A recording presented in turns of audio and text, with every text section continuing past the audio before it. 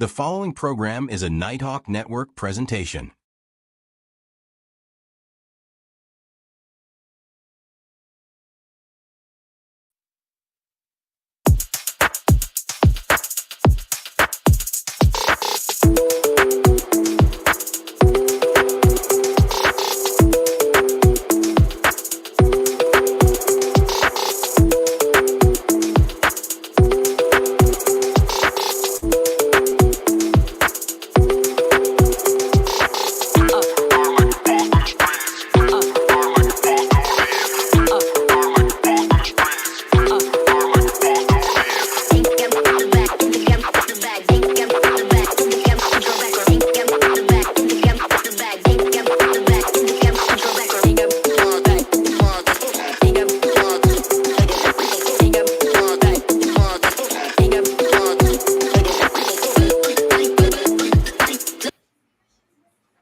Good evening, people. What's going on? It's your boy eBook, producer, co-host, uh, other things.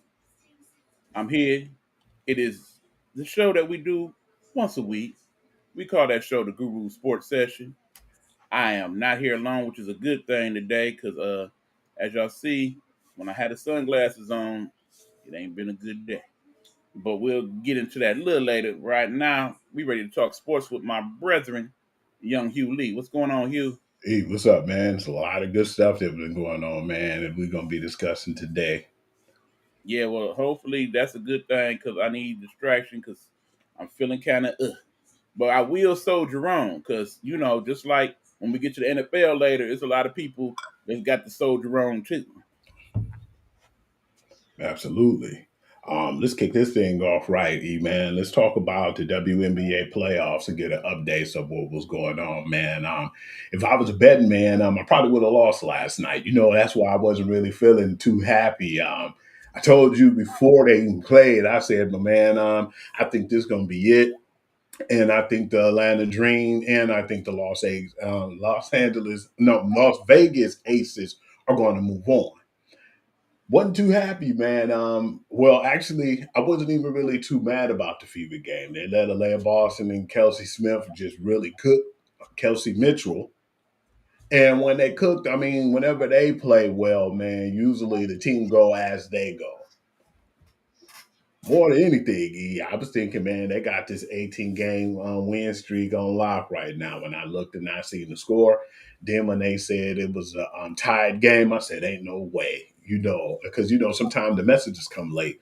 So when I saw it, yeah, not only were they tied, I seen the Seattle Storm ended up taking the lead and pulling away and winning that game. They were up like 14 in that fourth quarter. So yeah, I was definitely surprised, but it's good for playoff basketball though, because what I liked about it was both teams said if you win, you ain't winning on our court. So yeah, that makes good too for their ratings. What was your thought on just the playoffs in general? Man, let me just first say this is a very proud moment for me because once upon a time, that brother right there, Hugh Lee, he wasn't that big a WNBA fan, if at all. Now look at him. Not only is he a fan, he can talk it fluently. Sound like we was in China and he was talking Chinese. It's a beautiful thing. Good job, Hugh. I appreciate it, man. It's definitely been good basketball. I think when I first started getting into it, it was the funny thing was it was the playoffs, and I think it was like the very last game, the championship round, when the Las Vegas Aces was playing, and they played who are now the reigning champions, the New York Liberty, and they went back to back. So I seen that series and I said, man, that was real competitive. It reminded me of the old school NBA in the 90s. It was very physical. It was good, basketball. Both teams wanted to win and they played like it. And you could see it in the way they had the passion for the game. And that made for good basketball. And that's one thing that caught my attention because, they shoot their threes and stuff every now and then, but it's nowhere as near as bad as the NBA, man, especially when you got guys who can't really shoot the three that well in the NBA and they just shoot it anyway. So just in general, the tradition and the way they play basketball definitely caught my attention versus the new NBA, which is more like FIFA or EuroLeague basketball. yeah, a lot more attention being paid in the WNBA these days to the mid-range game, and of course playing some solid defense, which is definitely things we missing from the NBA right now. But that being said, y'all, last year, if you are watching the WNBA like I was, that first round last year, it was trash. A lot of them games was like, next thing you know, we was in the second round real quick. I like Absolutely. that this time around, teams putting up a fight. They Yeah. said, okay, this is a 3-game series. We could make some things happen. All right. All we need is that one good win in one of them first 2 games. And game 3, like game 7, anything can happen. It's a toss up. So yeah, I'm definitely liking the fact that we're getting some more fight out of all the teams in this first round. I think when all is said and done, Hugh, relax. I think most of our favorite teams will go on and make it to the next round. But yeah, they're gonna have to come with it though. Yeah, they definitely ain't just gonna get it just because they go on the court and feel like they the better team. You're gonna have to earn it. Absolutely. And of course, shout out to all the league leader winners that's already been announced. I like that also. The fact that they don't mess around like the NBA do and wait about 2-3 weeks into the playoffs before we start to know who won all the big awards. So shout out, of course, to Asia Wilson, who's done it yet again. Definitely well Thank you deserved. for that, sister. Shout out, of course, to my homegirl Paige Beckers, Rookie of the Year. Was there any doubt? It was cool how she got it too, man. How they did it on the show, that she going down just thinking she just gonna be on the show just to be on the show. Then the coach showed up like, hey, I got something for you. So Right, and actually, do you one better, Hugh? It was a Jennifer Hudson show, and of course, y'all know they do the little spirit walk oh thing. yeah. But yeah, she was actually given a trophy at the end of the hallway by the commissioner herself. That Hmm. was it. That was the WNBA commissioner that gave her the trophy. Yeah, she wasn't expecting that, man. And it's always cool because Jennifer Hudson, even with just Jennifer Hudson walking on stage, man, everybody's so live and spirited on her show. And it makes Absolutely. you definitely appreciate being there, man, just for one. And then win an award on top of that, man, that was the icing on the cake. Yeah, that was laughing a happy place. And of course, Paige always is a great representative of not only herself and her family, but of women's basketball and the league. So very proud of all she's accomplished thus far. And again, it's just the beginning for her. Absolutely. I want ask you another question too, E man. As we see everything going on right now, it's basically looking like, and I'm not trying to disrespect any other ladies who's playing right now in the WNBA playoffs, but we look at it like it's actually the Minnesota Lynx to lose, man. But who do you think will be the biggest threat right now to the Lynx I in the think that's playoffs? I think that's very obvious. You the team that went on this unprecedented streak. This 18 in a row was the biggest winning streak I think in the history of the WNBA, if I remember correctly. And keep in mind, only 44 games get played in a W. So if you mess around and win 17 or 18 of them, you the one damn near half the The season. season. That's how Mhm. you go from not being in the playoffs whatsoever to being the number 2 seed. Yeah, because they definitely wasn't at one point, man. They was like a 500 team or maybe below 500 at They were one below point. 500. And that's when we start having our alarm, to the point where we was like, yeah, it's starting to look scary for them, man, because they're not playing good. And that's when we were saying, man, they need to shop off everybody who ain't Asia Wilson, man, and figure out what they're gonna do. And out of nowhere, man, you start to see them play well. But like you said too, it all started when they ended up putting Jewel Lloyd on the bench and have her be that spark off the bench. Because at first I thought that she wasn't gonna like that and she was just gonna be upset about it. But she handled it well, like kind of like a Russell Westbrook did when he was the sixth man coming off the bench. Because she's going to get more minutes and she's going to play more. It was just they needed that spark off the bench, which they didn't have before. And that definitely is one of the biggest threats that they have on that team now. The way Right. we collaborate everything. Right, and it worked so well that another team, the Atlanta Dream, they saw what they did and they went one better and basically took Brittany Griner out to start and have her come off the bench. And look how well that worked for them. They Yeah. ended up with the third best record in the league. Yeah, they've been playing really good, man. It's teams that because at first we was looking like, okay, she's going to Atlanta. We knew Atlanta wasn't really that good last year. They had a few pieces on there, just that one ad for the most part. Brittany Griner with Ryan Howard and everybody else on the team, Lisa Gray, and it just really picked up for them, man. And Yeah, yeah, they're one of the more dangerous teams out of all of them too, man. right. Don't forget Nas Hillman, the sixth player of the year. Yeah. Of course, she came from that fine University of Michigan. Yeah, man, it's just been really good to watch right now, and I just want to see how that pick up in the momentum because we got the games going to be coming on right now, and I like how they split the games too because there ain't too many teams. But I'm just looking forward to them having more teams and more teams being added to the playoffs and just the more revenue they're gonna make. But I want to ask you a question, E man, and it was something I heard today. I love Don Stanley, man. I'm a huge fan of South Carolina Lady Gamecocks, and I've been embracing more of the college, girls basketball too because it's been so good the last 4 years. But did you hear the statement she just recently made? I did not.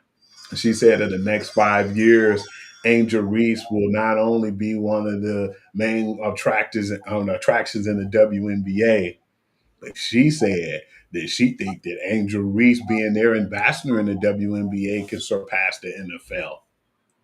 Okay, well, I think that's wishful thinking by Dawn Staley as far as the second part of that statement. But as the first part goes, I think Angel Reese already is one of the biggest attractions in the WNBA. And I I didn't think trip on that, E. people That still watched it quite a bit this year, not because of Miss Caitlin Clark, who barely played. It was because Angel Reese and, some of the good, the bad, and the ugly of it, unfortunately.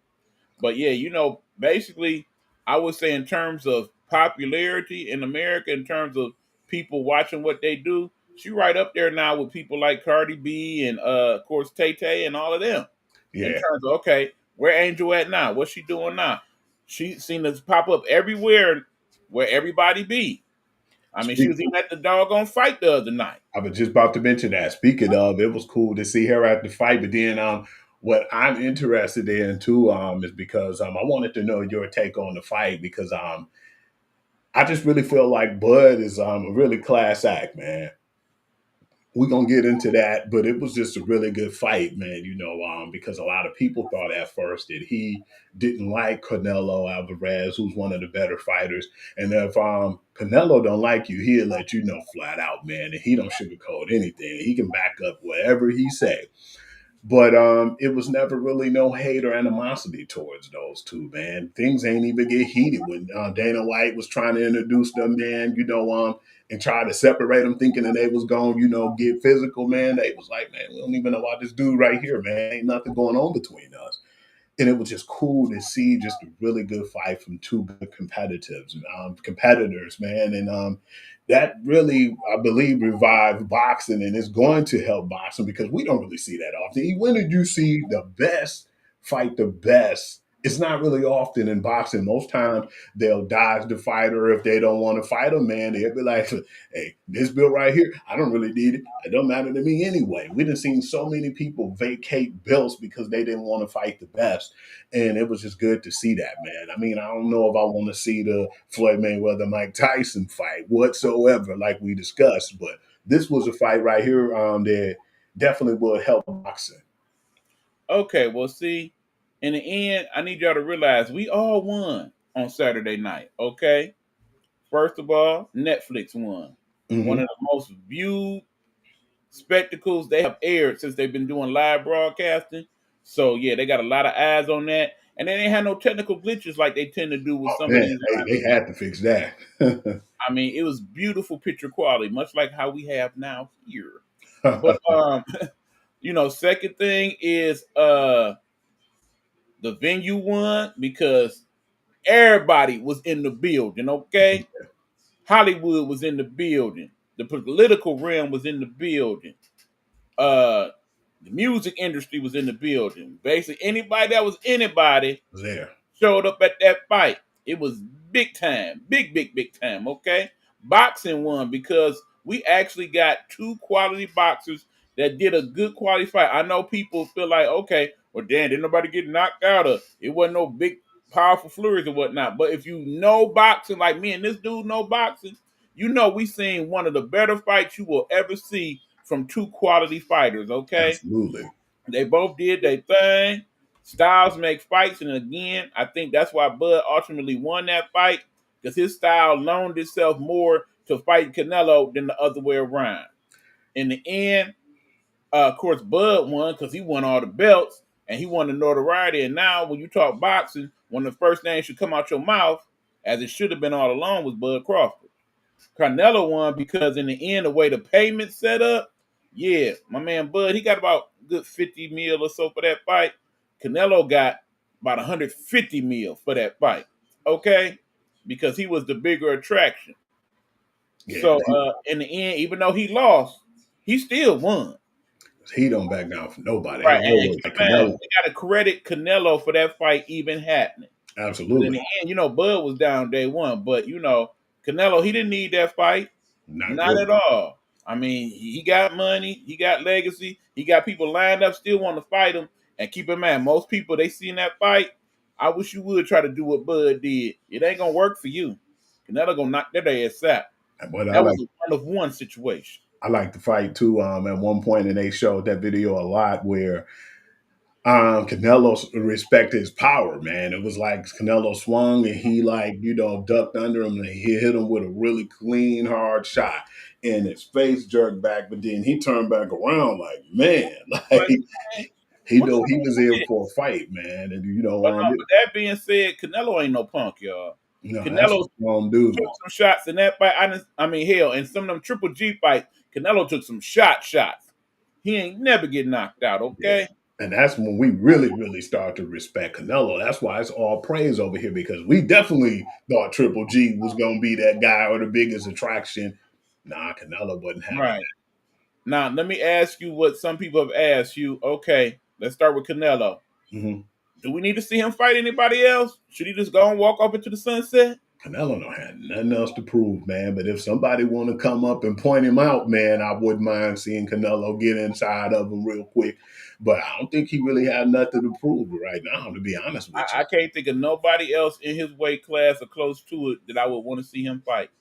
At 35, 36, he didn't did it. He good. Okay, as far as my man Bud, is there anybody else you want to see him fight? It's not really necessarily. I'm hearing your boy talking stuff, what's his name?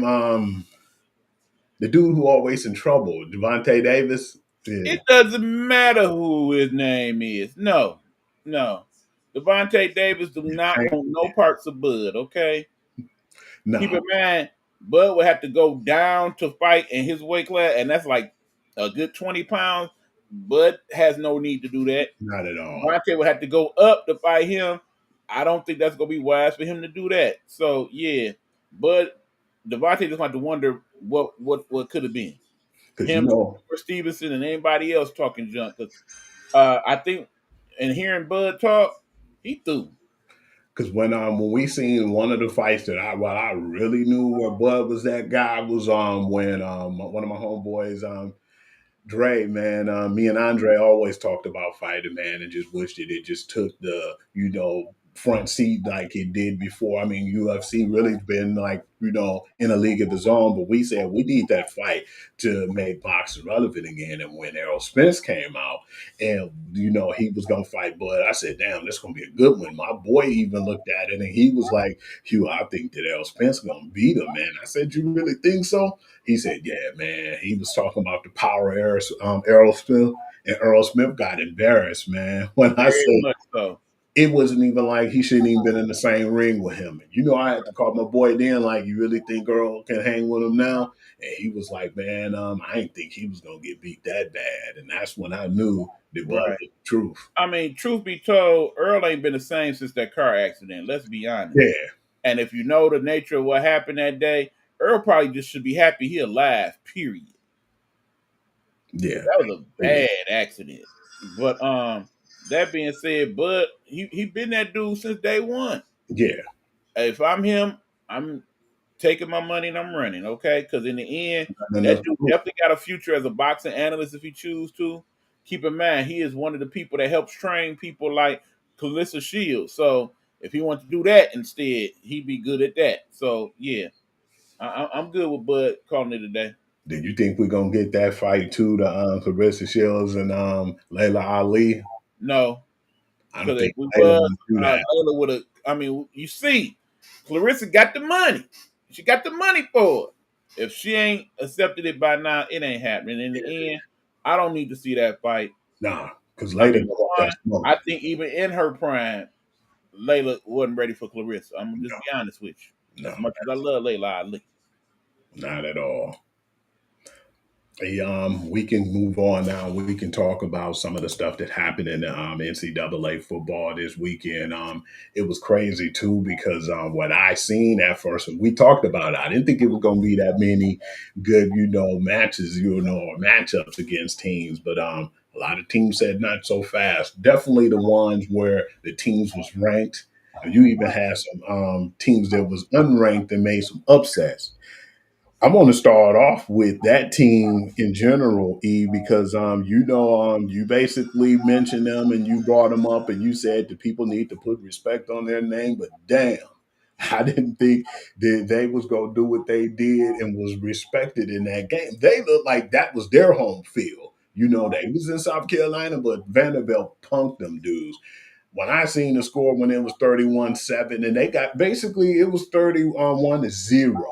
I believe that was a petty touchdown that they let them get in front of their home fans because they could have blanked them dudes that game. What are your thoughts on that game? Okay, well, as y'all see, I keep the list. If you ain't gonna be able to see it, but Vanderbilt right there, I picked him. I did. Did you pick him? You? No, You should have, bro. I told you. You should know better than anybody with how well they played against Alabama last year. That Vanderbilt team has come up, okay?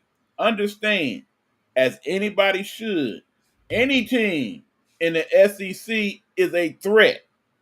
Any team.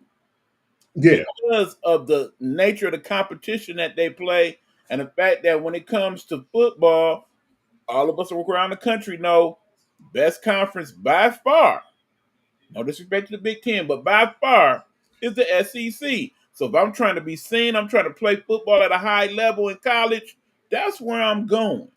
And Vanderbilt also is a quality education, okay, one of the better academic schools in the country. So they got those two things going for themselves, and it's definitely showing up. If they keep playing like that, they may be in line for a playoff spot. agree. Speaking of E, you ain't getting away with this one, nigga. You pull out that sheet again. Why you want to pull out sheets? Uh-huh. Clemson versus Georgia Tech. Already figured that was going to be that one. I was telling people the way they played last year. Think about E. They should have beat Georgia last year. They had that game in the bag, and I said, if you play Georgia like that, I said, man, which they shouldn't have won that game. They had every way to win that game, and it just seemed like Georgia Tech didn't want it as much as Georgia did. But this year, you can see a different Georgia Tech team, and it shows that defense has been better. The offense has always been kind of tricky with the options and how they play, but the quarterback's not a bad passer of the ball, and he could run the ball. He's a big physical dude, kind of remind you of poor man Josh Allen, if you may. The game was pretty close, and I said whoever get the ball last is going to win. Unfortunately, Georgia got the ball last, and I said, "Oh man, they about to drain this field goal, man. I definitely believe this is it." But yeah, I give a lot of credit where credit is due. It was a really good game, and my man's definitely start stepping up as far as when it comes to the transfer portal and the NIL deals and everything. But I just felt like Georgia Tech wanted it more in this situation. Okay, two things. One, is it me, Hugh, or suddenly like these last couple years, field goal kickers in general done got much better The field goal in kicker was college trash the and in last pro? 2 years. Remember how trash the last 2 years the kickers was? It wasn't guaranteed at 40-yard line or Right. 45 or getting close to 50. Man, they making it with ease now, E man. It's Right. like How many kickers we done seen in both college and pro hit 50 yarders in the last couple weeks? It's crazy. we seeing dudes like the Cowboys kicker kicking like Okay, yeah, don't 60 jump ahead of us, man. We got to go there. But anyway, Okay. look, people, Clemson, you might have a problem, and that problem is Dabo is a product of his environment. Remember, Dabo comes from that good old school Alabama, and of course, he is one of the disciples of the great man himself. And as you know, that one point he said, as he looked around Bama, like, yeah, I can't do this no more, y'all. This ain't me. It's time to move on to other things. I think Dabo may very well be on his way to making that same conclusion. Yeah, you can Game see is starting to pass him by. His stubbornness, him wanting to do it the old school way. The old school way ain't gonna work more times than not in this modern day version of football. no. And him and Saban was the main ones who complained about everything that's going on right now. So yeah, you can see him walking off into the sunset soon too. You know Right. what? And keep in mind, Hugh, I know you ain't got this on your sheet, but I gotta mention him right quick. Yeah, North Carolina, how's it working out for you? Not so good. Yeah, y'all won, but it ain't the way you thought it was gonna be, is No. And he one of them dudes. I was surprised because he too old school to even really be trying to fall into this format of college now. it? It was Exactly. just I feel like he was too stubborn to swallow his pride to know that at the time people didn't want to have him doing everything his way. You can't have, because remember the teams that turned him down was teams who was like, no man, you're not getting Matt Patricia and you're not getting Josh McDaniels on these teams. Right. Do what you want to do. This is not New England. You do it our Exactly. way or you can hit the highway. And that's the reason why I feel like he ultimately chose college, which was still not a good move for him. Loyal to a fault.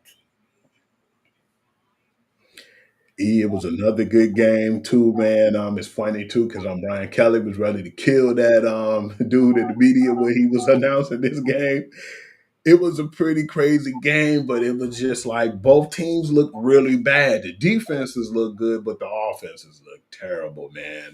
The only reason I believe, and I'm gonna be honest with you, is the reason why they won is because we're talking about LSU, is because DJ Lagway was that bad of a passer, man. It's like it's not for everybody to be college quarterback. And the thing was, I think that he was trying to do too much and put everything on his back, and you're not built for that right now. And I mean, it was impressive, man. You get one touchdown and 5 picks.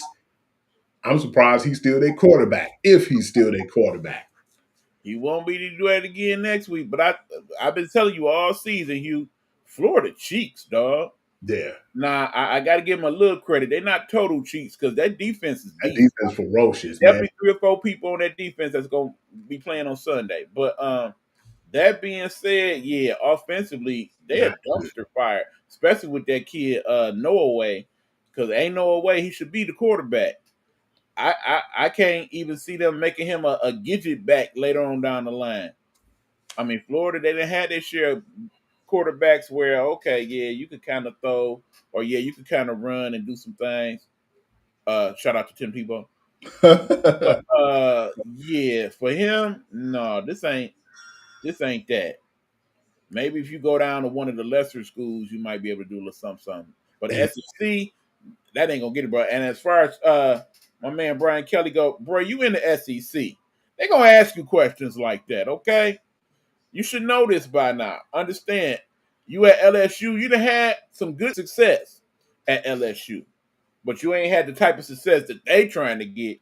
Remember, they had the great, well, not the late great, but the great Mr. Saban himself that won a national championship there.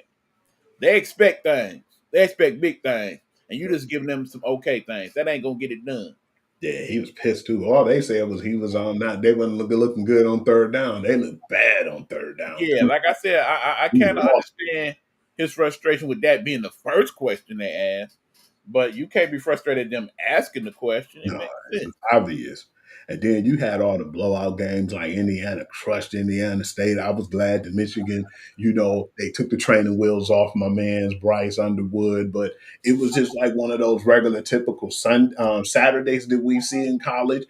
I think it might not really be as much better this week coming up, neither. But it was some good games. And Well, speaking I do think we get better this week because we starting to get into the conference play with a lot of, of these. okay, So I think that'll make it a little better.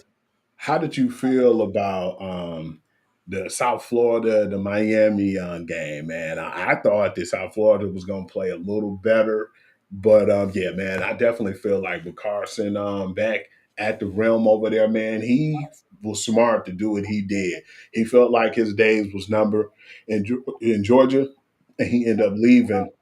and going to a team that's built for him, like the University of Miami, and it's definitely working out for that guy, man, because they make him look really good, man. Not only is it working out, but I say if we was doing the Heisman today, that dude the winner. Absolutely, because he been balling, man. That's all he really needed, somebody who believed in him and embraced him and what he was trying to do. And And more importantly, paid him. paid that brother, man. They paid him well. Quinn Mhm. Ewers, man, how that's working out for you? Well, don't speak on that too soon. He kind of is justified to a degree. Of course, let's talk about it briefly, Hugh. Texas, Arch might not be what y'all thought he was. Man, he was bad that game. They should have lost to UTEP, honestly. 10 straight incompletions by a person that was predominantly picked to be the Heisman Trophy winner this year. Yeah. I say the only way that brother make it to New York this year is if one of his uncles treat him. He was that one of your front runners for Heisman Trophy candidate at one point. You said what now? Was he one of your Heisman? He was the guy. At one point? He was the guy. I thought it was his. I was so wrong. And you know why?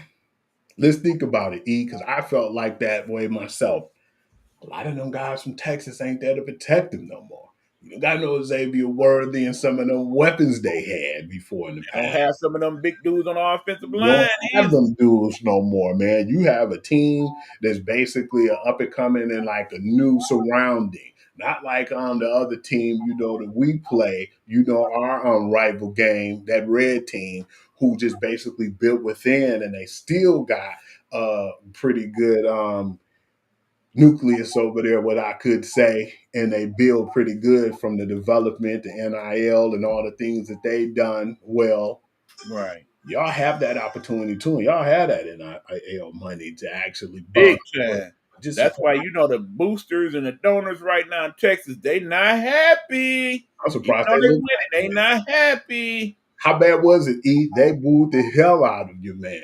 And he deserved it. No Archie, no Mannings are used to being booed, man, by nothing. Like that? Man. So yeah, it's gonna be a lot of weight on Archie Manning, man, and I'm interested in seeing how he bounced back. But his stats was really trash, man. He was 14 to 25.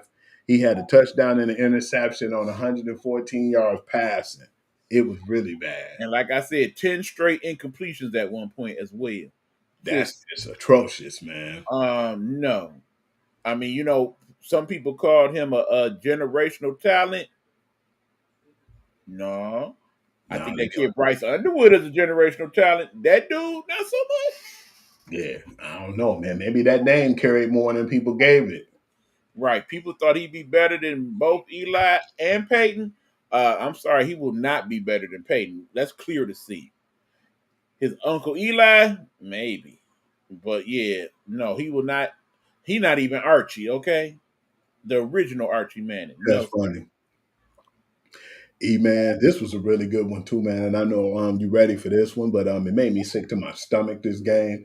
Because remember, I don't know if you remember what I texted you. The first thing I gave you was the game wasn't even over yet. They blew it. Uh-huh. They blew it. And you should know, because they have a history of blowing damn games. Georgia versus Tennessee. Come on, man. It was one of the best games, man. It was one of the best games I've seen. Oh, it was going to be a good one, y'all. Damn, it was a good game. And my man's really looked good, too. Joey Aguilar didn't look scared at the big stage, man. At all. The problem was, man, at some point you want to say how the kicking was evolutionized and how well they played. Just how they evolved and how they basically took it to the next level. Some point, some dudes just can't handle that type of pressure, man. Their kicker had a time right there in the regulation, at the end of regulation, to walk off Georgia, and he choked. He made it when it didn't count technically, when it was in overtime. But by that time, man, Georgia ran the ball down they throw for a touchdown, man. I was just really shocked in how they just were so scared that they let that game get out of the grasp, man. What the hell happened, man? They got a little too conservative at the end, I think. That's what really happened. But no, the kicker, I feel bad for that dude because on the one hand, he just a kid. I mean, that dude took his helmet. I'm like, damn, he looked about 14. But two, you know, you go through something like that on a campus like Tennessee, and it was your fault. I know it had to be a long week of class for that brother, man. Man, You came so close to being the life of the party and getting all the goods from every girl on campus to yeah, you just a punk kicker. Get away from me. I know the teachers and everybody gave it to him, man. You know, Yeah, like I said, I imagine it was a long week for that guy. Hopefully when he he got came on to a nice dorm, little apartment off campus so he ain't got to be involved too much. that was a really good game. It definitely had Yeah, that definitely a good game. twist to it, man. Absolutely. And then let's talk about this team. E. We've basically said it. We defended these dudes because they're independent organization. I still don't feel like they deserve to be ranked right now, man. You 0-2, they lost to the U, and then they turned around and they lost to Texas A&M. I don't think Notre Dame should be ranked after losing 2 straight games, man. Man, I know in an ideal world, Hugh, you absolutely right. Keep in mind, if you look at this week's top 25, you got Mhm. 18 teams that's either from the SEC or the Big Ten. Make that 19 teams. There's 6 teams that is not, okay? And out of those 6 teams, only one team is an independent contractor. That would be Notre Dame. Remember, Notre Dame get 3 extra style points than any other team in the country. 1, name recognition. You can go anywhere on planet Earth and probably find somebody with some Notre Dame gear. 2, they pay the cost to be the boss, okay? They basically go to the big networks and be like, look, this Notre Dame, you want us on TV. This Notre Dame football. Come on now, Newt Rodney, so everybody play here. Joe Montana, all that. So yeah, they got that cachet. And then 3, because they choose not to choose, people like that about them. That's why they get the following that they get across wherever you go and they play football. You see Notre Dame fans big time in them stands. Do you not? Absolutely. So Absolutely. because of that, and in the end, this ain't about the quality of the play all the time. Sometimes, more importantly, it's about that money. They will always get a couple extra shots that any other team in the country will not get. So because of that, and looking at their schedule, Hugh, if you see the rest of their schedule, it's Yes. got trash, bro. They ain't really playing nobody after that. So I tell y'all now, they win the rest of these games, they in. Still. Whether you hate it or not, they win the rest of them games, they in. Flat out. I think they can lose 3 games and still be in if they run the table. Depending on who it is, I would agree. Basically, do you have anything to add to the NCAA as far as last week? Again, like I said, just looking at that top 25 this week, and I realized, okay, even out of the teams, because you got like Boise State, people like that.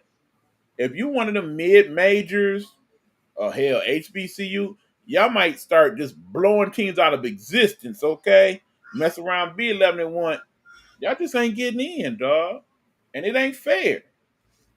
At some point, Hugh, some changes gonna have to be made. I'm just saying.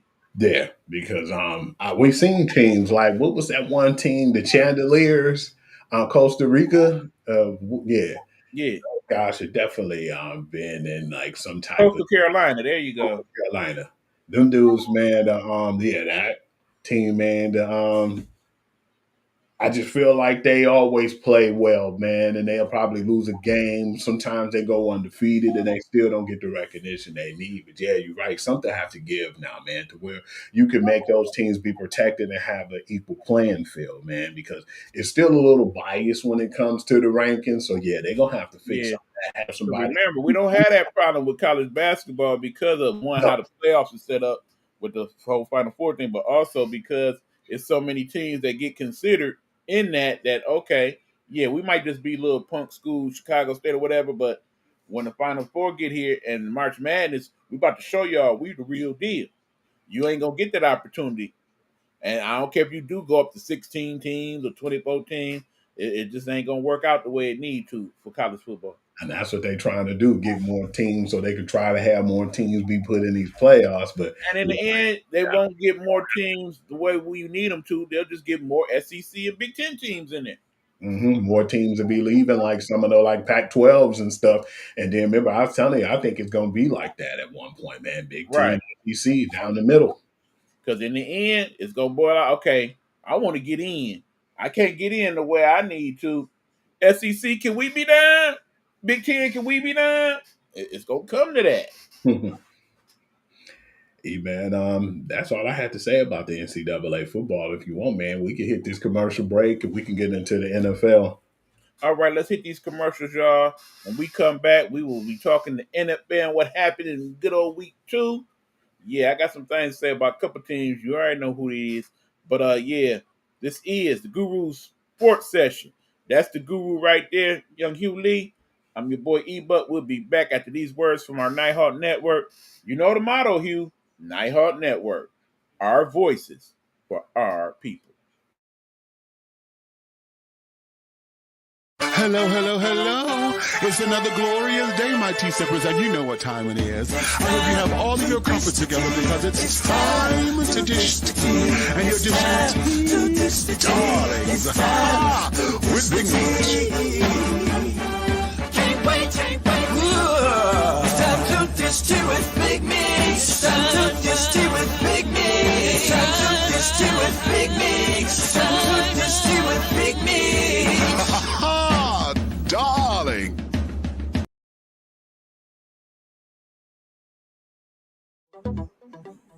Hey, this is your boy E-Buck. And if you're looking for some great desserts, something sweet, something to treat yourself with, please check out my girl Caramel Sweets here in the Metro Detroit area. She can make desserts for your function, your event, or just for that special someone you want to give something nice to. So check her out. It's Caramel Sweets. You can find her on Facebook and Instagram. We appreciate you.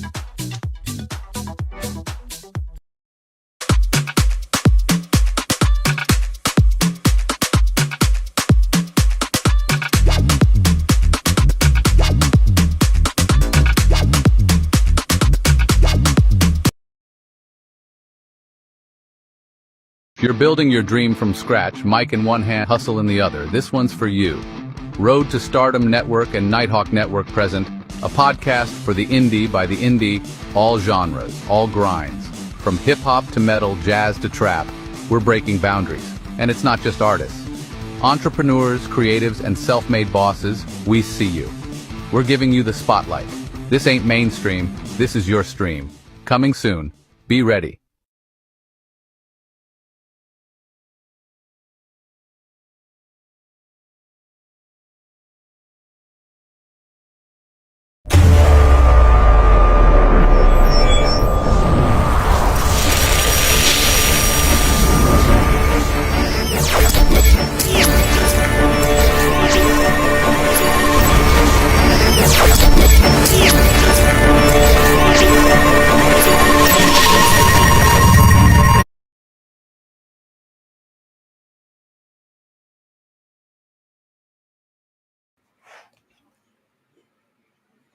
All right, y'all, we are back. This is the Guru Sports Session.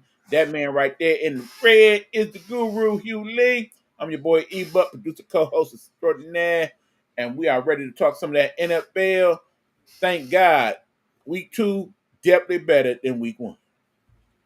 Yeah, you could tell a lot of people was, getting off that rust, man, because they wasn't planning on doing anything in preseason. But this week, buddy. you've seen definitely a pickup in just the gameplay and the intensity. I want to start off by putting some respect on this team name, and it hurts me so much. But I feel like they did what they had to do, and they basically took the risk, and they were going all out to make sure their team was a better team this year. And that's the Thursday night football game, the Washington Commanders versus the Green Bay Packers. That game really surprised me because I didn't feel like Jaden Daniels played bad, but they definitely made him look average, and that defense is legit, man. And Michael Parsons definitely is a difference maker, man. When I seen that game, I said, man, at first it was just going blow for blow, but then once Green Bay started to score, it was like the Commanders couldn't keep up. Well, one, Commanders don't look quite as good as they did last year. I got to be honest. And Jaden Daniels, he not quite that right now. Look like that sophomore slump hitting him a little bit. Yeah, Packers defense looking good and whatnot. A lot of people high on them Packers right now. With me, I'm still kind of about it because on the one hand, yeah, they got that defense, but I'm still waiting for my man's Jordan Love kind of start doing Jordan Love because much like the Aaron Rodgers and of course the great Brett Favre before him, he does have that tendency to get to being a gunslinger. And I think once they get in some closer games, that's when I'll know if Jordan then grew up or if he gonna revert back to his old self and maybe cost him a game or two. But right now it's looking real good for the Packers. I can't lie. And then one thing too, when it's considered too the health, man, of a lot of these players, man, because we'll definitely get into it. Because there's a lot of people who's injured just recently, man. Key people. Let's get the let's get to talking right now. Yeah, I want to talk the talk now. We definitely wasn't really as hesitant of a week one loss when the Lions played the Packers because we knew that you can't just play a game without not playing none in preseason or taking any reps on offense and defense and thinking that you were just gonna go in and everything was just gonna be like, how it's supposed to be. They wasn't as crisp, and I believe that rust ended up biting them at the end of the day. That first game, not taken away from Green Bay Packers, though. I gave them credit where credit is due. But in this game, they definitely was feeling some kind of way because I already know everybody after a loss, especially the Detroit Lions. They was hearing about how, yeah, Ben Johnson, they lost him and they lost who they were and they lost their identity, and it was a lot of stuff saying, "Oh man, I didn't think they was going to fall off real bad like that." From Stephen A. and other people like your Dan Orlovsky's who Mr. 4-16 shouldn't have nothing to say in the first place. But it was just good to see them get out there and know now that Ben Johnson was coming back home and sleeping with the enemy that they wanted to show him better than they can tell him in that first game back home. And it was definitely it was more than I can imagine because I definitely had them winning, and I think I might have had them as like a touchdown favorite, but damn, when you hang 31 extra points on the team, man, it was like they definitely people were upset because they thought that they ran up the score. But how do you feel about that game in the long run? Remember that part in the show in the season opener where I said on the Holy Bible that I got to keep it 100 this season? Can I keep it 100 for a second? Hmm. Can I be a fan for a second? Yeah. And did I promise to go back to being professional about it? All right, Hmm. excuse me, sir. Let me put you up out of here. Yeah, all that mess y'all was talking. How you like my Lions now, punks? Yeah, y'all thought we was done. Yeah, the Packers. Yeah, I don't know. Jordan, they look better. Yeah, what that tastes like? They open up a whole can of whoopers on them Bears, and y'all hate it. They ain't over. They ain't over. We still got it. We put the deuce up. We How that taste? Ben, you should have stayed your ass at home. Back to you, Hugh. A lot of people didn't realize too, man, and we talked about that in the past too. Is we actually thought that that wasn't a bad idea to bring John Morton back because a lot of people give Ben Johnson, and no disrespect to Ben Johnson, they give him way too much credit. But a lot of that stuff too had to do with John Morton, man, and you could definitely see that with the emergence of how the Denver Broncos looked last year, man. A lot of that because the first thing I was saying, man, who was their offensive coordinator? Bo Nix looked pretty good and the team looked pretty sound on offense. And then after that, it was like, Johnny Morton, he was here working with the Lions. So they think everything, since it was like a lot of gadget and trick plays that was going on from being that it was 100% him, But that's when we heard from Dan Campbell that John Morton had some of the say on some of those like trick plays and some of the moves they did, but they just went just like traditional. They basically didn't really have to do too many trick plays to punch them in the mouth, and it was just a really pretty good effort on both parts, man. Offense and defense, because the defense at first looked like they were lagging in the first half, and then they shut it down that second half. But yeah, it was actually a pretty good game on both sides, and it was pretty cool too to have like Jimmy Fallon and a lot of people here and enjoying themselves in the crowd. That made it even better to me to just see the excitement. And definitely the home games are always incredible, man, because when you go to them home games, man, it's like damn near a playoff game every game.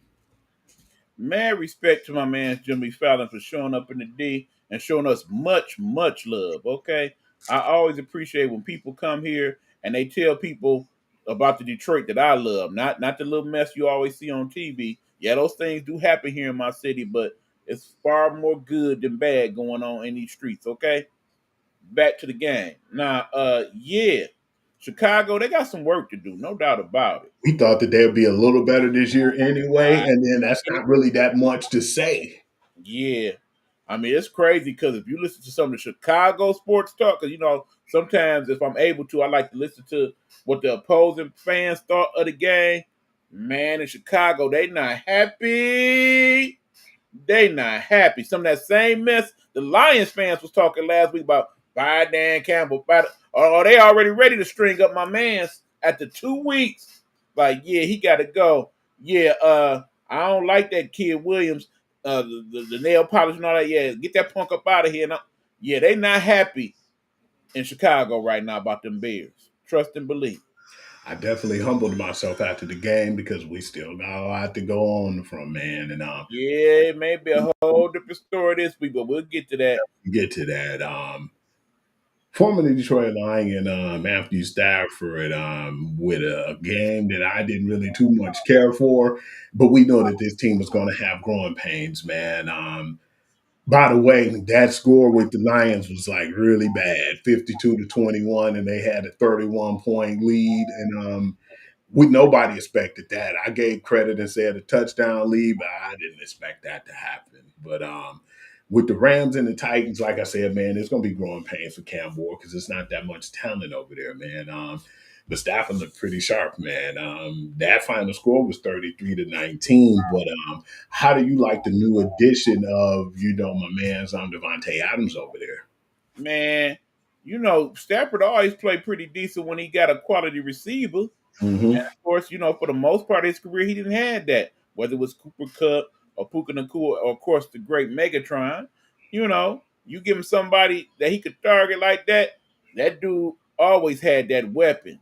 That weapon is that rifle arm of his. Okay, so bad back or not, if that arm working, he in the building. Okay, Agree. so yeah, understand. And some Lions fans not gonna like it, but Matthew is a future Hall of Famer.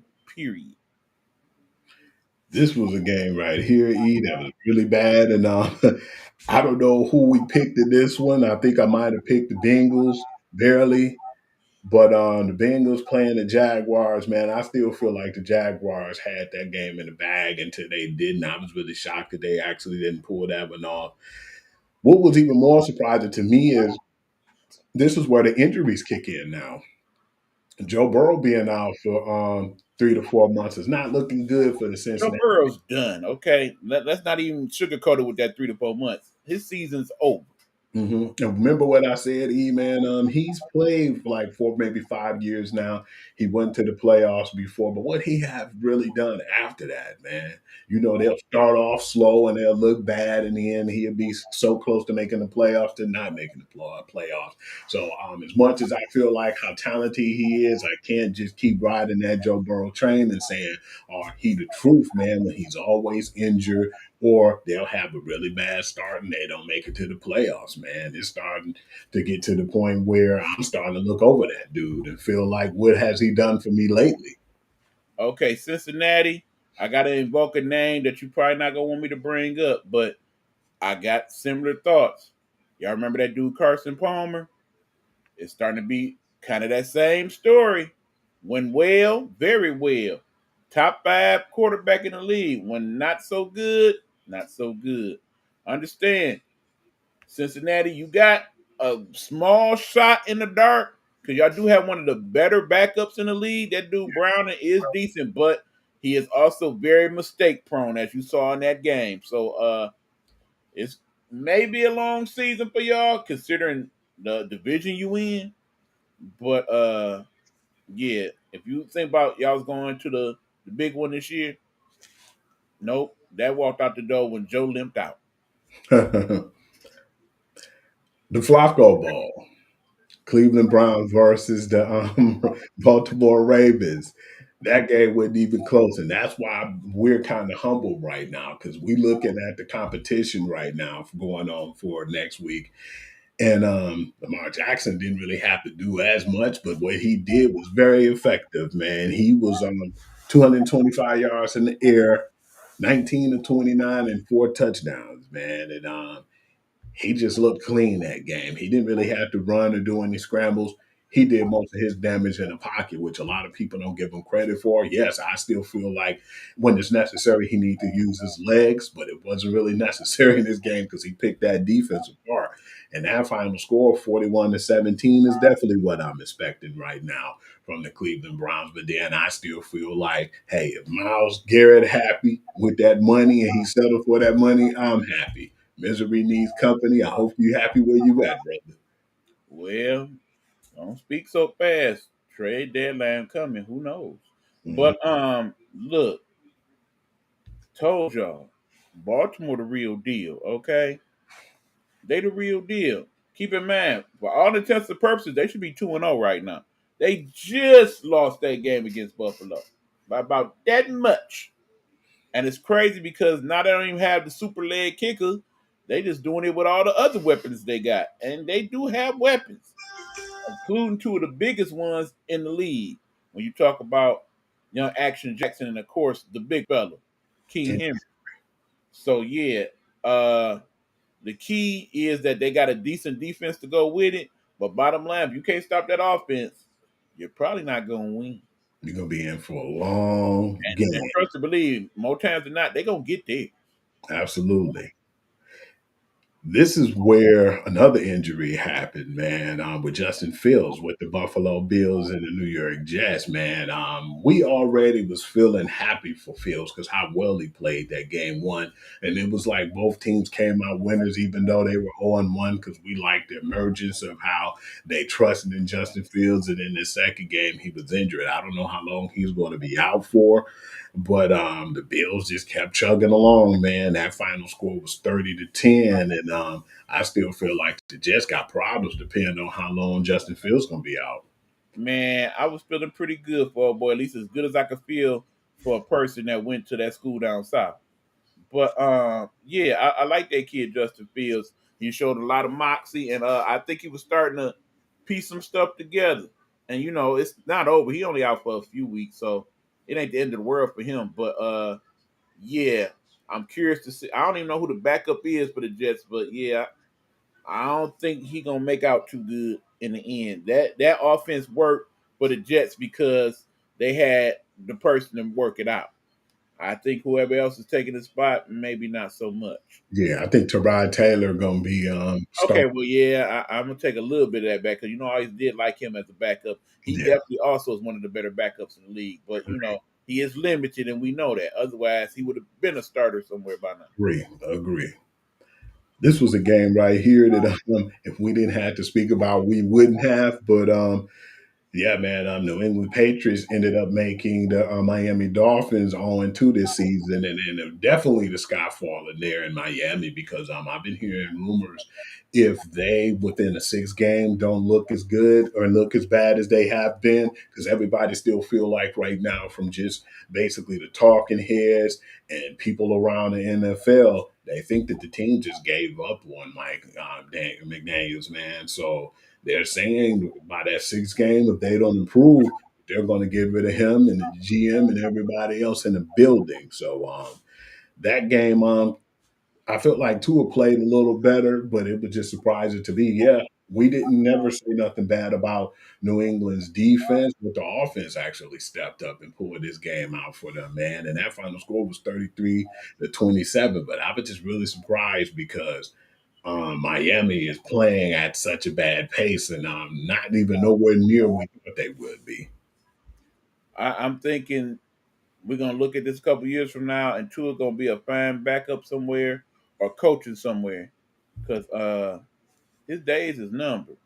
And as far as that whole scenario that you just broke down for Miami, let me quote the great Randy Travis: "It's just a matter of time." Yeah, I can see that. I can definitely see that. We're going to talk about the San Francisco 49ers and the New Orleans Saints. Now, I had no idea who was their backup quarterback, and it's Mac Jones. But Mac Jones. it don't matter who their quarterback was, because the Saints is one of them teams that's that bad. But Sorry, you got to call them by their nickname at this point. Aints. The Aints. And the funny thing was, Mac Jones didn't look that bad though. What was he, 26 or 39 with 3 scores? You know why, Hugh? They got the quarterback whisperer over there. They do. Kid Shanahan made a lot of quarterbacks look real good. I'm sure Sam Darnold should be thanking him every day for what he did for him in his career. Yeah, I definitely think because Matt Jones, I just felt like he got thrown to the wolves in New England and they didn't care. It was just actually cool to see how he basically, rejuvenated himself. And then, like you said, being over there with Kyle Shanahan, if brought Purley out for another week or so, man, and he continued to play good, he probably find himself on another team as a feasible backup, man. And speaking of guys, man, who I thought was going to be backups, we're going to talk about him in a minute because that name stick with me now. We're going to have to probably call him that. Maybe you call him that after he win a couple more games, but I want to get into this game because this was a weird game first and foremost before I get into that one. The New York Giants versus the Dallas Cowboys. Now, the New York Giants had every chance to win this game, but they found a way to lose it. And unfortunately, I feel like even though Russ had one of his better games, 450 yards and 3 touchdowns, that reception was costly, man. Like he was trying to do too much. And I think he just should have slowed the game down because they could have just ran on the clock and then kicked the field goal. But he wanted to do more than, what was expected of him, which nobody expected him to get off like that, him and Malik Neighbors. But yeah, him trying to do too much and got that pick, man, ended up costing them that game. And that final score was 40-37. But in overtime, it was funny too because I said, "Man, is it really?" Because when we saw that first game, we was like, "Dallas may not be that bad," but then to have Russ look like he was an MVP candidate right now, I don't think that was too good. What is your thoughts on that? Well, yeah, Russ was cooking Sunday, bro. Y'all better let him cook. That being said, it's a few things I didn't like. One, the fact that despite the fact that Russ was cooking, they still felt the need to throw them little packages in for Jackson Dart. You throwing off the whole offense doing that. Most teams that do stuff like that tend not to make out well in that scenario. Two, yeah, Russ, he did a little too much, but think about it. He playing for his future now. Agree. And Russ's mind, he still got a few years left in him. And the Giants, man, you just a placeholder till we get Jackson together. So them two things gonna constantly conflict with each other. Not to mention that kid Dabo, he definitely looking at his job scenario because clearly, I think for him it's playoffs or you up out of there, plain and simple. Agree. And in that division, that's gonna be harder to do.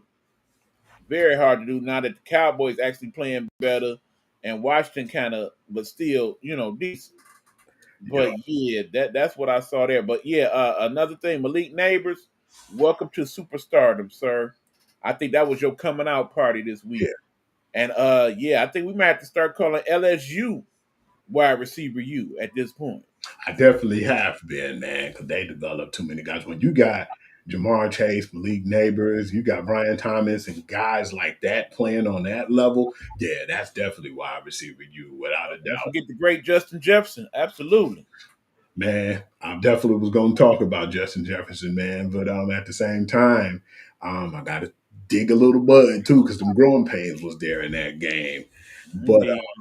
yeah, man, let's go on and talk about the Pittsburgh Steelers versus the Seattle Seahawks. We thought this was going to be the Seahawks that played in week one, but obviously, week two, they basically made their self known. Pretty good game at one point, man. But you can't really blame a lot of it. Like, oh man, the Steelers lost this game. Whoever that dude was who muffed that, special teams play should be off that team right now. I know my man Aaron Glenn wasn't playing no games when that guy, what was his name, Xavier Gibson, when he muffed that, when he caught the ball and then when he got up and nobody touched him and let the ball go, and then he turned around and he had a fumble, and Glenn got rid of him. But at that point, man, you just let the ball go into the end zone and don't try to do anything to retrieve it and the other team recover and get the touchdown. Yeah, they need to get rid of that dude. That was kind of the difference of the game because they were going blow for blow.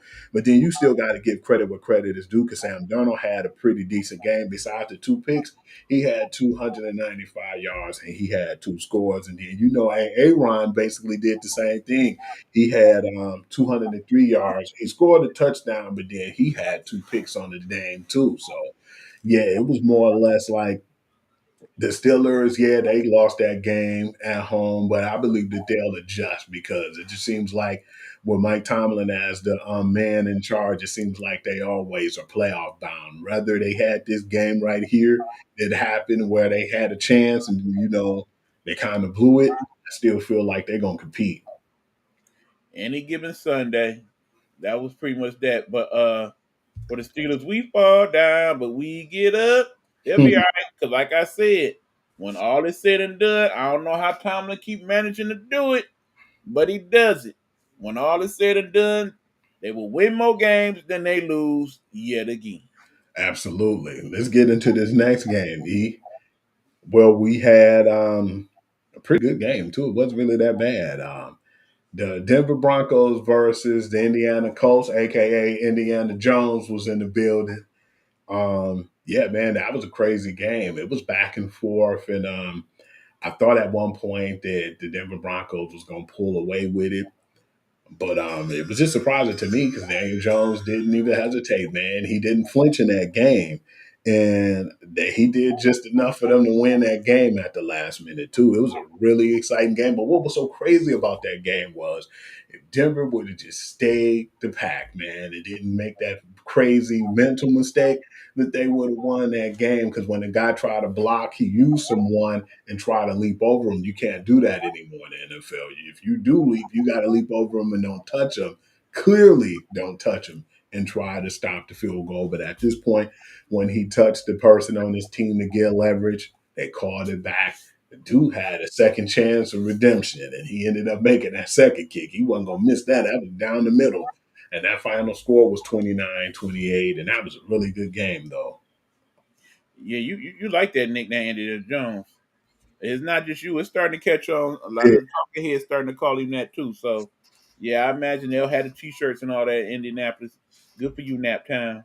You got somebody to believe in. But, yeah, long story short, it kind of looks bad on that dude, Dabo, again, over there in New York. Because you're having all these quarterback troubles, but look like you let a good one get away. That puts you one step closer to being out the door, my guy. You better hope Indiana Jones revert back to some of that stuff he was doing last year. Otherwise, yeah, they're going to look, oh, yeah, you messed up and you let dude get away and now they in the playoffs and we ain't. Yeah, you got to go. Because it's 2 things I realized on this Indianapolis Colts team. They got a good offensive line, man. And they always have. Always. And he's not getting touched most times. That's what's making him just play at the top of his potential. It wasn't like that in New York. He was always getting sacked. But he get a chance to actually throw the ball now. And then that defense was giving him extra chances too. So, yeah, man, I definitely want to see how this year pan out for him. But unfortunately, on the other hand, it looks like Anthony Richardson probably have to find him a new home. Yeah, they looking good for young Ant at the moment. I want to get on and talk about the Carolina Panthers and the Cardinals game because at one point I was like, this game was a stinker. It was 9-27 at the fourth quarter, and then that's when I seen Bryce Young kind of get off and throw those 3 touchdowns.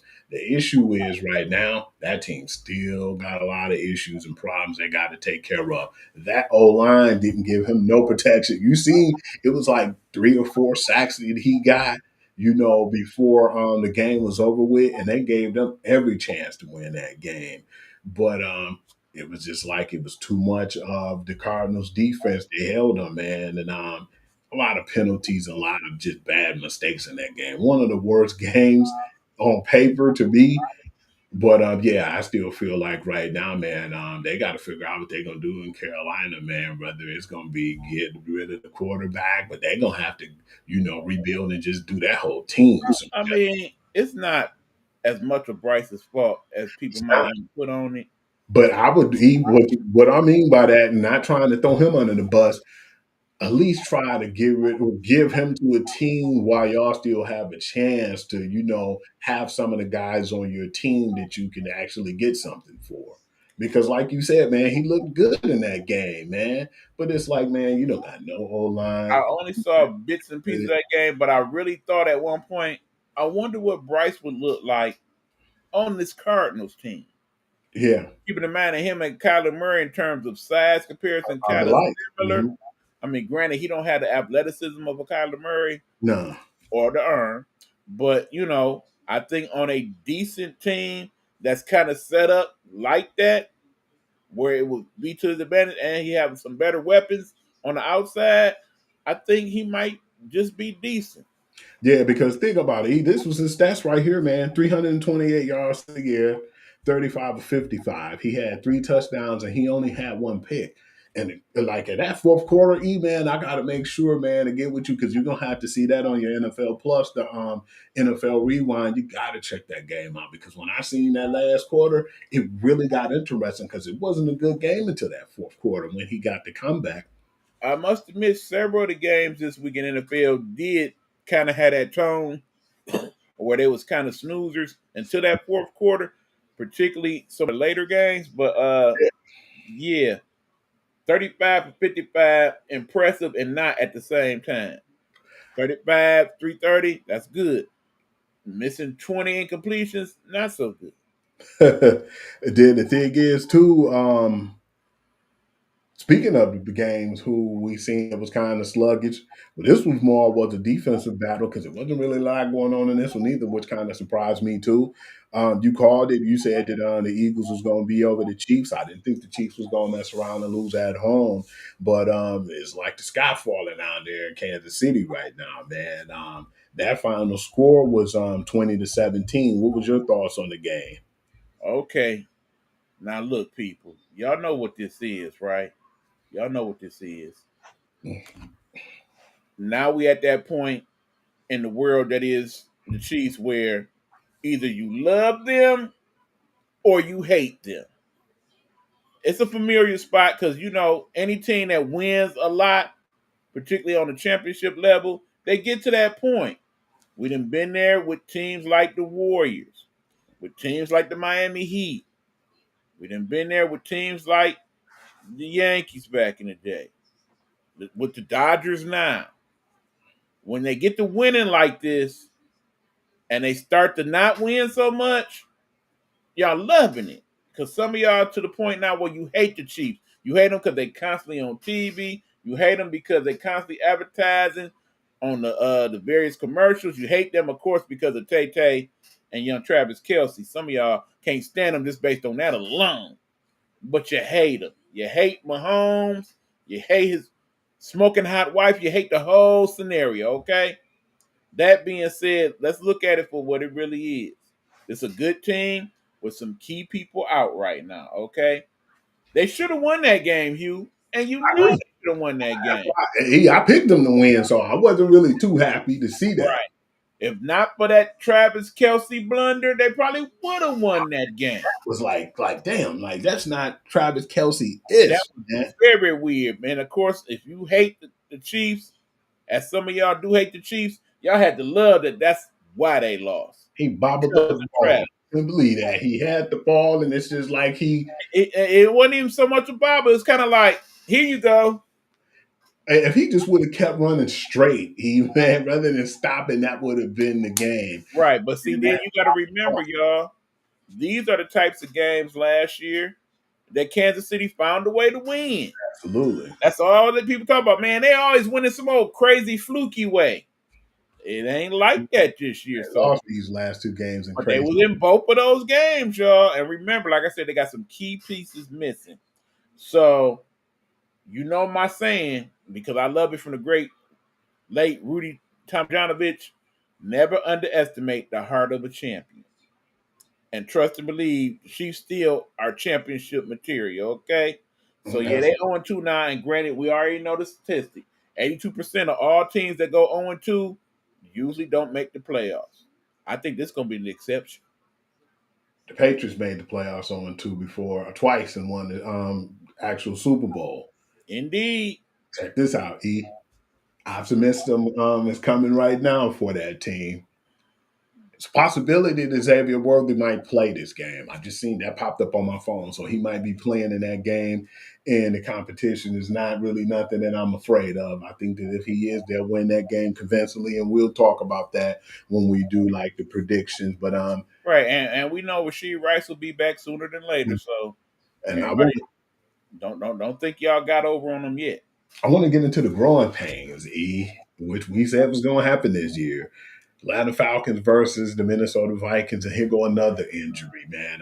I believe now that J.J. McCarthy is going to be out for like 2 to 4 weeks with a high ankle sprain, but you got to give credit where credit is due. The Atlanta Falcons defense was ferocious, and by him being technically a rookie in his first year really playing, yeah, he got exposed in some ways. What he did, that magic he did week 1 didn't happen week 2. And that game 22-6 didn't even really justify how bad of a game that they had. And speaking of Justin Jefferson, man, he usually have really good games. And in that game, he had 3 receptions for 81 yards, and he didn't even get the ball to him as much. So I was really surprised in that game. And if you saw that game near the end, they panned that brother, he was not happy. Yeah, and I was definitely surprised because, we never really see him get upset like that. So, yeah, man, some changes are going to have to be made or something's going to have to be done. The one thing is, too, let's see what Carson Wentz do as the backup and how he Justin Jefferson, man, because that might cause the fate of my man J.J. McCarthy to just sit back and learn again for another year. What are your thoughts on that, E? I think it could boil down to some type of quarterback controversy, depending on how it work out these next couple weeks. Carson Wentz, he ain't been a starter for quite some time now, but he always seem to find his way on somebody's squad as the backup. It's because he's 6'5", and you got that big arm that he got, and that somewhat scramble ability, you still got a shot in this league. So, it's still being Minnesota, and of course, their head coach is pretty good at working with quarterbacks as well. It could be interesting. But young JJ, my advice to you is heal up. Don't even come back 80%, 90%. I mean, it's still your job when you get back. Let's get into the doubleheader now that we had on Monday, man. It wasn't as good as I expected it to be, but at the same time, the Buccaneers game at the end actually got good. Me on the phone, I said, "Oh man, that might be the nail." And then you said they probably gave Baker a little too much time, and that's what happened. Absolutely. Was it like 1 minute and 23 seconds left? And then the whole thing, Hugh, when they missed that 2-point conversion at the end in the fourth quarter, killed them. That's what you said. Because right now, this version of C.J. Stroud, yeah, man, and it's like I forgot some of the pieces they had over there. I knew Nick Chubb, but then I was like, damn, Christian Kirk hurt. And it's like they've been having a lot of banged up guys too. That O-line still ain't really that good either, even though the defense is working. Not. But that's still an issue over there. I mean, granted, they got a stud at wide receiver. That Nico Collins, a mug, boy. He kept them in that game. Yeah, and then I think that that definitely helped, and he was the X factor of that team. But absolutely. just Baker, man. They showed his stats: 22 touchdowns in overtime or in the fourth quarter, and now let's put that 23 on there because he took them all the way down the field and he won that game for them. The weird part was to me, Ian. I know you probably could justify this for me because I still think that they looked at it like, yeah, 6 seconds left, anything's possible. We don't want to give them an opportunity to kick a field goal and tie the game and take it into overtime. But it was 6 seconds left. So I thought, man, they should have just went for the field goal rather than go for the 2 points. Man, all I know is Baker Mayfield, well done, sir. Well done. You have resurrected your career on a very high plane. People wrote you off, man. Remember, you got booted out of Cleveland. You barely made a way in Carolina. Then that fateful day with the Rams, people saw a little something in you. And now here you are, one of the better quarterbacks in the National Football League on a team that if y'all play like that, you're probably going to make the playoffs again. I'm proud of that brother, man. He could have bitched up and not did so well, but somewhere down the line, he matured and became a real man and a real leader, and it's showing now. I'm proud of him. He got that grit and that never give up attitude. Absolutely, he got the big paylotus, bruh. That's what makes Cleveland look so bad right now as we speak. One of many things, sir. And you look at Carolina and say how bad they was, how they handled that with him and Sam Darnold, and then they turn around and end up being respectable quarterbacks, man. But I think more or less I could say that about Baker than I could Sam Darnold, which he's starting to finally get that rep. But yeah, for him to go out and do what he did that game, man, in the fourth quarter, I definitely expected it. And now I'm looking too, and I'm like, what's going to happen with Chris Godwin when he come back? I know they're going to give him an opportunity, but Luka been playing lights out, man, and they have a pretty good receiving core without him right now. So yeah, I'm just imagining when he come back, how dangerous that team going to be. Yeah, and as much as I hate to admit it, I guess that team down south you consider wide receiver you as well because they didn't have some good ones come up. And then another injury again, man, defensive end, Kalijah Cansey, man. He right now, I don't know how long he's gonna be out. They said they feared that he might be out for the rest of the season with a torn pec muscle. Unfortunate, very unfortunate. Like I said, these things change the course of people's seasons. And then my man's Aaron Jones, I heard, is out now too, man. And I think it's going to be for a minute because he had like a hamstring injury, so that might be 2 to 3 weeks. Yeah, that's going to hurt them. I want to get to the last game. It wasn't really that exciting, and I looked at this, and we thought the Raiders would improve a little bit. But if I feel like if Geno Smith goes back to this Geno Smith with 180 yards, he was 24-43, which is a lot of passes and 3 interceptions. Nah, I don't think so, man. And Hubbard did just enough to win with the 242, 19-27, and 2 touchdowns. But we got to give credit where credit is due, man. That kid from TCU who we knew and we seen personally, which I wasn't too happy when we saw him when they ended up, winning against us. But Quentin Johnston, man, that dude looked pretty good, man. And he just seemed like he always found his way into the end zone. So, yeah, but it was just that defense is better, too, when you look at Coach Harbaugh, because, he built from the O-line and the D-line, and then he built up from there. But when you got Quentin Johnston, who people gave up on 2 years ago, who's one of the elite guys right now in the last 2 weeks, and then you turn around and you get Keenan Allen back, who found his way in the end zone, and then Lad McConkey, who's just one of those gadget players, man, who remind you of a Hunter Renfrow, Wes Welker type, man. Yeah, man, this team is going to be deadly, man. Right now in the division where, Kansas City usually be king, they're 2-0 right now. What are your thoughts about them right now? Man, Quentin Johnson just needed somebody to believe in him, bro. The talent was there. We know that. Mm-hmm. And Harbaugh believes in that dude, and that's why he is thriving right now. And speaking of Harbaugh, man, y'all better start putting some respect on all them Harbaugh's names. Them Harbaugh's not a coach football, okay? Mm-hmm. Have we not established that by now? I mean, his brother been in the league forever, winning championships. His father was a high school football coach legend, and now here he is And some people don't like how he come off as a little gritty and kind of get out my face like. But when all is said and done, all that dude is go places and win. Yeah, he do. Every place he's been, whether it's college or NFL, he has won. Put some respect on Coach Harbaugh's name, dog. Yeah, aka Coach Khaki himself, man. That dude definitely Absolutely. deserve all the escalades he been getting. You already know what time it is now, E man. We're gonna go through and we're gonna just, say who we got right now, man. We're gonna start in All college. right, now hold on because I want you to get your I paper. heard last week that we didn't give people enough time to go get their stuff. So Oh we're yeah. gonna take another quick little commercial break. When we come back, it's prediction time, y'all. Now last week did good in college, pro not so much. Let's see if we can improve this week. All right, y'all. When we come back, week 3 predictions in NFL, week 4 predictions in NCAA. This is Guru Sports Session.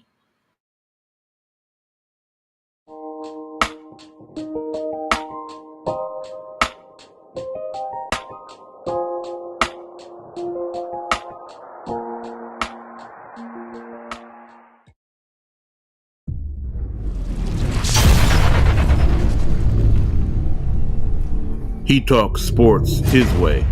It's the Guru's perspective.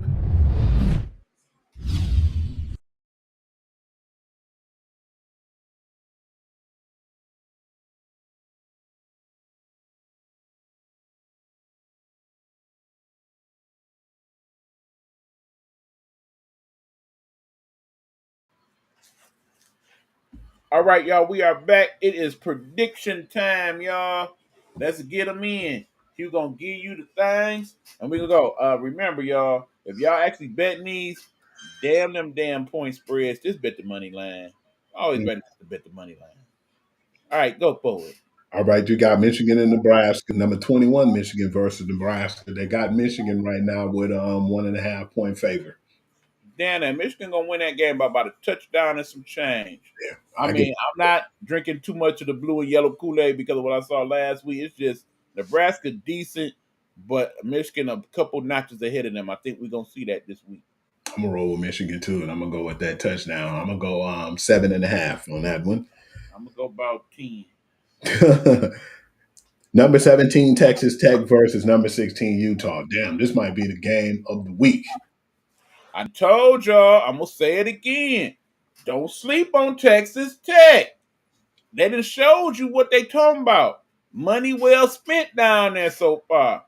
I think, yet again, we're going to get a quality effort from Texas Tech, but my mind just won't let me pick them this week. Yeah, I got to go Utah, man. I'm going Utah, and I'm gonna take the points with the 3.5 because I think it's gonna be a good one. I'm going to go with the Utah straight up. We don't even need to play with this game. I got Tennessee as a 38.5 point favor against UAB. Why are we even picking this game? Did we even have to go there? What a Or- waste of our time. Oregon versus Oregon State. Now, y'all already know them state rivalry games hit different now because Oregon State always going to feel some type of way now because of how Oregon and all them left them and the Pac-12 stinking by themselves pretty much. That being said, they can feel how they want to feel. Oregon going to tap that out. I got Oregon. I got the 34.5 points myself. I am not taking them points, though. We don't have to do game. It's got to be closer than that. Florida. I have them by 44.5, and that's all I got to say about that. Florida got to do something this week. No, I should have said Florida State. I'm sorry. Oh, okay. Yeah, thank you. Yeah, in that case, yeah, I'm with you. I got them by 44.5. Who they playing? Come on, E. Kent State. Good luck, buddy. Number 22, Auburn versus number 11, Oklahoma. And they have Oklahoma as a 6.5 point favor. I'm going to go under, but I'll take Oklahoma at home. Well, we done seen Oklahoma. I just got a strain, but that game going to be a little bit closer than we think. Yeah, that's why I'm not taking them 6 points. I'll be surprised if it come down to the fourth quarter. Tulane versus Ole Miss. They have Ole Miss by 13.5. I'll take those points. I'm not taking them points. I think Tulane going to show up a little bit, but I still got Ole Miss in the end. Purdue versus Notre Dame. They have Notre Dame at home by 26.5. I'm going to go under that. Well, good people, But I don't trust Marcus Freeman them right now. here we go. That's kind of a rivalry game, sort of, but Purdue ain't been Purdue in quite some time. I got the Irish. Temple versus Georgia Tech. I got Georgia Tech by the 23.5. Well, Q always been high on Georgia Tech, so I got to agree that Temple, not so much. Okay, even South Carolina, unranked South Carolina now versus 23 Mizzou. I'm gonna go with 23 Mizzou, and I'm gonna take the 10.5. I'm going Mizzou. I can't go with them points, though. I think that's going to be a close one. Yeah, and it's a rivalry game. This is what I meant, Ian. I apologize for this one, and I'm a little shocked on the points on this one.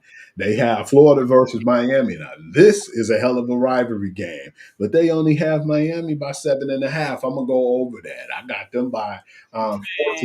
And I think Miami whooping them by at least a couple touchdowns. Mhm. I, I you got know, I'm them there. very down on Florida. I take that 14.5 myself, E. That's a can of whoop ass. Hey, this one, I think we might agree on this one, E. Number 9, Illinois versus Indiana. Number 19 ranked Indiana. I got Indiana on this one, and I'm gonna take them as the 5.5 point favorite. Man, both them damn teams overrated, okay? They only rank that high because they are in the Big Ten and one of the better teams. I'm going with Indiana as well because, out of the overrated, I think Illinois is very overrated. I got Vanderbilt by 35.5. They're playing Georgia State. Man, about time you start putting some respect on their name. I don't think they're winning by that much, though. I think they're going to show them a little grace. That's why. SC Louisiana versus LSU. Number 3 ranked LSU. I got LSU by 42.5. Again, why are we even picking these? I hate that the SEC be playing these crap games. Complete crap. And that's why I said I probably wouldn't watch a lot of this week unless they're ranked teams. I ain't watching none of that mess. And Sam Houston versus Texas, and they got Texas by 40.5. I'm going under. No disrespect to my cousin's team. Sorry, but yeah, you already know. Need I even say it? All right, E, let's hit this NFL right now. Tomorrow we'll start off with let me get you ready first. You ready? Yeah, I'm ready. Let's go. Okay. The Miami Dolphins versus the Buffalo Bills. They got the Bills by 11.5, and I'm gonna go over with the Bills. That's a lot for an NFL game. You going over? Yeah. But I can see it though. I can see it. I don't trust the Dolphins right now. Yeah, that might be the beginning of the end for them. Cincinnati Bengals versus the Minnesota Vikings. I'm gonna take the Vikings at home. I'll take the 2.5 points. Ooh, and both the quarterbacks out. Yeah, it's Jake Browning versus Carson Wentz. That's gonna be a funky game, E. Now that I think about it. So I like Minnesota's defense better, so I kind of got to go with Minnesota on that. Absolutely. All right, E, you got the this used to be a good rivalry. Pittsburgh Steelers versus New England Patriots. They got Pitt only by 1.5 points. I'm gonna go over that. I'm gonna go with a 7 points. On that rock? Come on now. These are the type of games Pittsburgh win to get to that record where they win more than they lose. Absolutely. You got your man's the Indianapolis Colts, aka Indiana Jones versus Tennessee Titans. I'm going over the 4.5 points. And I like that dude, Daniel Jones, don't you? I feel like Danny Dimes better than Indiana Jones myself. Hey, that's funny though, man. Indiana Jones is hilarious. Okay, so yeah, of course I'm going Indiana. Titans is they got the Houston Texans versus the Jaguars. I'm gonna go with the Jaguars. I'm gonna take that 1.5 points. It's about time that my man Travis Hunter do a little something. Been very underwhelming such far. Pretty much. I think this might be that game. I'm gonna go to Jaguars. The Falcons versus the Panthers. You know I'm going with the Falcons, and I'm gonna take the 5.5 points. Now you hold on there, Hugh. I don't know. Sometimes when them South teams play each other, it be a little different, okay? Don't get me wrong. I still got the Falcons, but don't be surprised they beat that spread. Okay. What's on with the Falcons? The Rams versus the Eagles. They got the Eagles with a 3.5 point favor. I haven't really been that impressed with the Eagles really quite much this year, but I'm gonna take the 3.5 points at home. I'm like much of the talking heads have this week going with the Rams. you know, that's the one team that the Eagles play, and the Rams be right there with them. I think Dude, because of their situations right now, I think the Rams could pull this off, man. I'm going with the Rams with the upset, baby. the New York Jets versus the Buccaneers. I'm gonna take them 6.5 points for Tampa Bay. Man, you seen what Baker looked like, and that man is hurt over there on the other side. Got to go with the Bucks. The Las Vegas Raiders versus the Commanders. This is gonna be a game that's gonna be funky too, but I'll take the Commanders at home with the 3.5. And understand it's only 3.5 because Jay Daniels might not play this one. So Absolutely, even if he don't, it don't matter. for sure. Raiders, they ain't ready. And that's all I really have, E man. Anything else you want to add on? That's all the picks. Yes, sir. What was the Monday night game? Oh damn, I'm tripping, E man. Yeah, you is. I'm tripping. The Packers versus the Browns. Oh yeah, you missed a few games, my guy. A lot of them I missed. I'm Okay, gonna Packers and the Browns. take Green Bay Come with on. 7.5. Quit playing with me. Broncos versus the Chargers. I'm gonna go with the Chargers at home with the 2.5. E. I'm only going with the Chargers because they're at home. This should actually be a good game. Yes, I wouldn't be surprised if Broncos pull it out. Would not be surprised at all. Saints and the Seahawks. You know I ain't going with the Aints. I'm gonna go with the Seahawks. I'm gonna take the 7.5 on this one. Don't waste my time watching that one. Ain't gonna do it this week either. Whoo, this is gonna be a good one. The Cardinals and 49ers. I'm gonna go with the Cardinals in the upset, and I'm gonna take the 2.5 points with the Cardinals. That usually is a pretty good game for whatever reason. And I too am gonna go with the Cards in that. E, you got the Chicago Bears versus the Dallas Cowboys. They got the Cowboys by 1.5. Oh man, that's a hard game for them to have to deal with after they took that butt whooping from us. I Mhm. think another butt whooping is in store. I'm gonna take the Dallas Cowboys by that 1.5. I'm The going with the boys. This was the game I was telling you about. A revival. Man, you missed all these games. What was you doing? Dude, the Chiefs versus the Giants. I'm gonna take the Chiefs, and I'm gonna take the 6.5. E. Chiefs versus the Giants. You got who? I'm gonna go ahead. And I'm gonna take the Chiefs by the 6.5.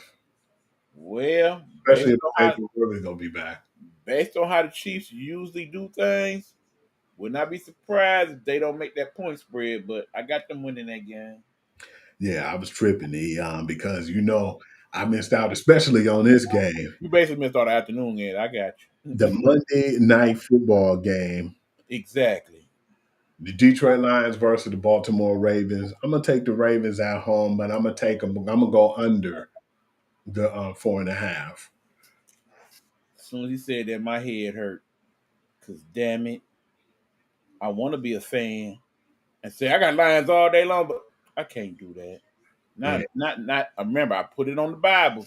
I got to keep it 100. I don't like this game for us this week, y'all. Bottom line is we don't tend to play well against mobile quarterbacks, and don't nobody get more mobile than Action Jackson. That being said, remember a couple years back, we almost beat them Ravens at the crib, but we not at the crib. And it's Monday night. And you know how Action Jackson like to show up on Monday night.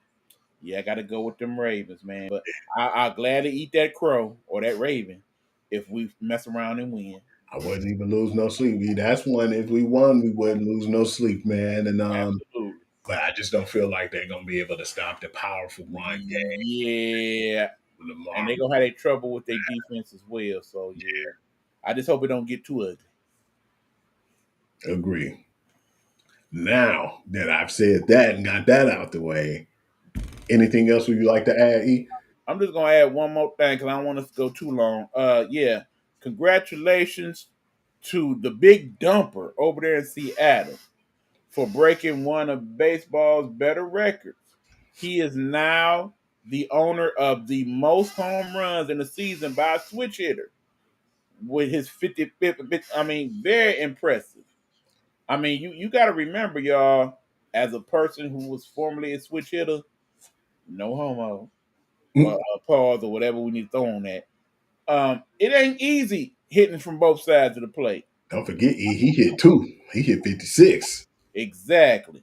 So I respect that more than your average person because I've done it. And left-handed, I power the ball. Right-handed, it was iffy. So when you got power like that from both sides of the plate, it is very impressive.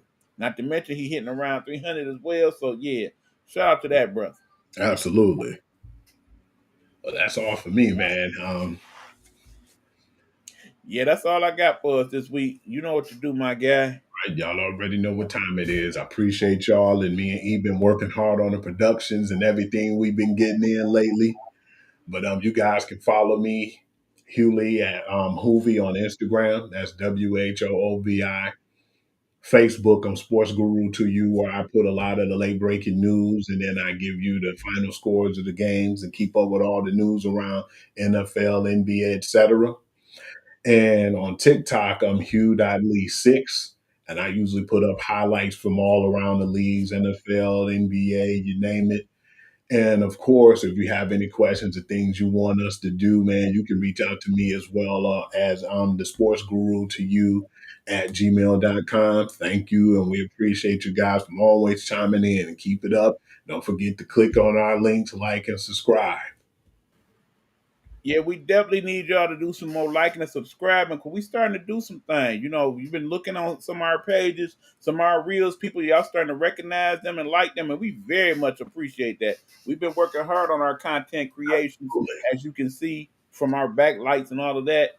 So yeah, definitely when y'all see these things and you go on our page, go ahead and hit that like and subscribe. We're trying to get up to that point to where we can talk to YouTube or Facebook about that money. That's what we're looking for, man. That's Multiple streams of income is a beautiful thing. because we've been working hard, man, more harder than ever the last few, like 3-4 months to try to get like our content and promos. And Absolutely. And then, of course, let us always shout out our people in the Nighthawk Network that we've been working with. Shout out to Queen Gemini. Shout out, of course, to Road to Stardom, also known as Miss Gigo. And, of course, shout out to Coach B. We see you, Coach. Absolutely. Appreciate y'all all. And don't forget Big Meech and the crew as well over there at Dish and T. Appreciate y'all too, my guys. Absolutely. All right. That's it for me, my man. You already know what time it is. Peace. All right, y'all. Till next time. We up.